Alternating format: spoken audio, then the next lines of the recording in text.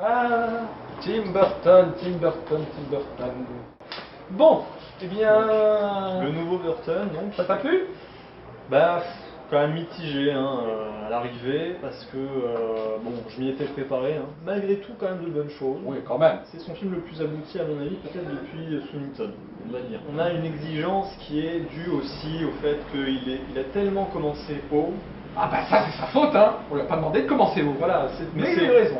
C'est sûr, c'est un peu le problème avec ce genre de cinéaste-là, c'est-à-dire qu'il commence au sommet et puis peu à peu, effectivement, l'inspiration starry, on va dire, et puis c'est de plus en plus formaté en fait. Moi, c'est un cinéma de plus en plus formaté parce que fondamentalement, même si j'étais diverti, c'est toujours les mêmes défauts depuis 10 ans, c'est-à-dire un trop plein. L'image, enfin, c'est-à-dire que dès qu'il embrasse un peu le merveilleux, le fantastique, on se retrouve avec du numérique partout déjà. Ah mais c'est ça, tout est là, le numérique. Tout est là, mais il y a une Avant il utilisation. n'utilisait pas autant de C'est numérique. sûr. Je pense qu'il est vraiment fait pour rester dans un artisanat, quand même quelque chose qui soit très, très tangible, très, Parce que c'est très ça aussi qui organique. plaisait, parce que lui il s'amusait aussi beaucoup à l'autodérision, tu sais, Ouais.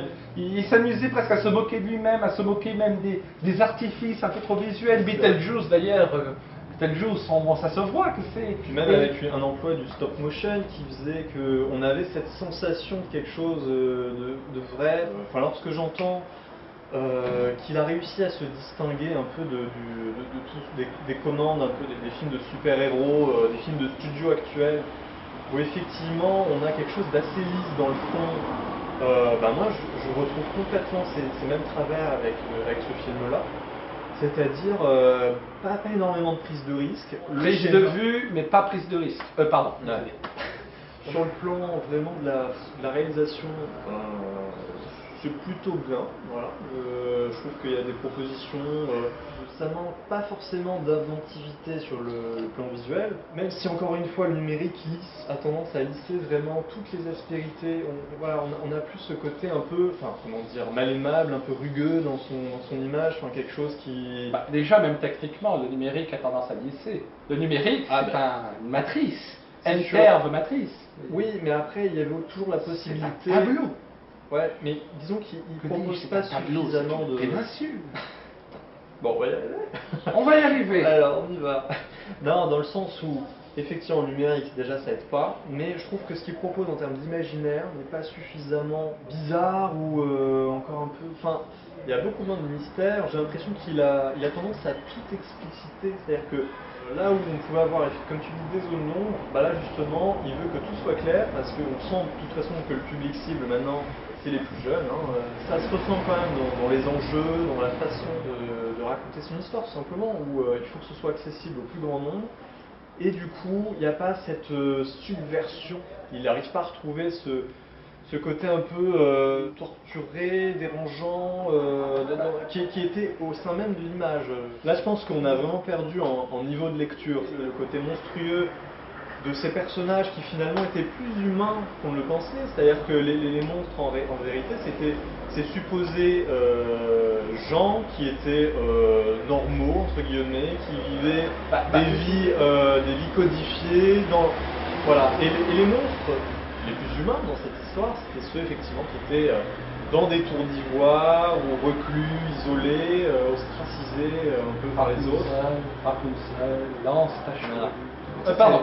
Donc c'est vrai qu'il retrouve quand même un peu ça avec Miss Peregrine, ce qui est quand même une bonne chose parce que c'est quand même un peu le cœur de son cinéma, je trouve, cette thématique-là. Il le retrouve par endroits, il y a quand même de jolies scènes là-dessus, mais il ne retrouve pas, à mon avis, l'émotion de ses premiers films. Parce que ça va beaucoup trop vite dans le rythme, parce qu'il y a cette volonté aussi au spectaculaire, d'aller vers quelque chose de spectaculaire. Un spectaculaire qui reste un peu en surface. D'ailleurs, la part de réel était beaucoup plus présente dans ses premiers films, dans ses films les plus aimés. Ouais. Évidemment, dans son réel, il y avait quand même pas mal de fantastique, hein, aussi Oui, une oui. inspiration C'est au une- pré-expressionnisme allemand. Hein. Donc bon voilà, non c'est sûr que Miss Peregrine, il y a de bonnes choses. Le casting est d'ailleurs relativement bon. Après moi je dois reconnaître quand même qu'il a trouvé en Eva Green une icône, quand même une égérie j'ai envie de dire, qui vraiment représente tout tout ce qu'il est, tout son cinéma, c'est-à-dire quelqu'un qui soit à la fois qui est élégant, qui a une prestance comme ça, une étrangeté aussi dans la façon d'être habillé, ça c'est certain, et même dans ses mimiques, quelque chose d'extravagant et qui semble cacher quand même presque un secret. Ça c'est vrai que c'est un peu tout son cinéma. Mais voilà, on a vraiment le schéma classique d'un héros qui rencontre un certain nombre de personnages, on présente ces personnages-là, ils ont des facultés, une sorte de défilé comme ça, de phénomènes de foire. Une mention spéciale pour le pouvoir qui te permet de cracher des abeilles. Ça, si un super-héros avait ce pouvoir-là, je sais pas comment on pourrait le surnommer. Ouais. Non, là-dessus. Et je sais pas comment il pourrait battre des super-héros. Après, on doit énormément, à mon avis, au livre, même si effectivement il a, a priori, changé pas mal de choses par rapport au film. Je trouve qu'il y avait matière, il y avait des tas de personnages burtoniens avec lesquels Tim Burton aurait pu jouer, Ouais. mais comme ils sont trop nombreux dans le même film, dont ils ne sont pas les sujets principaux, Ça en devient des marionnettes. et il y a des personnages qui ne sont pas forcément indispensables. Ouais. Même si disons qu'ils ont tous, enfin, quand arrive la fin du film, quelque chose est quand même fini. C'est-à-dire que c'est peut-être là où je donnerai, enfin, où je rendrai grâce Oui, un c'est peu, vrai. on va dire, à Burton, c'est que il arrive à construire un film qui est quand même qui se tient dans son ensemble, où il y a, disons que après il y a plein de choses qu'il n'exploite pas comme il faut. Voilà, c'est surtout. C'est ça surtout que j'ai à lui reprocher, mais il arrive quand même à clôturer ça à la fin, donc bon.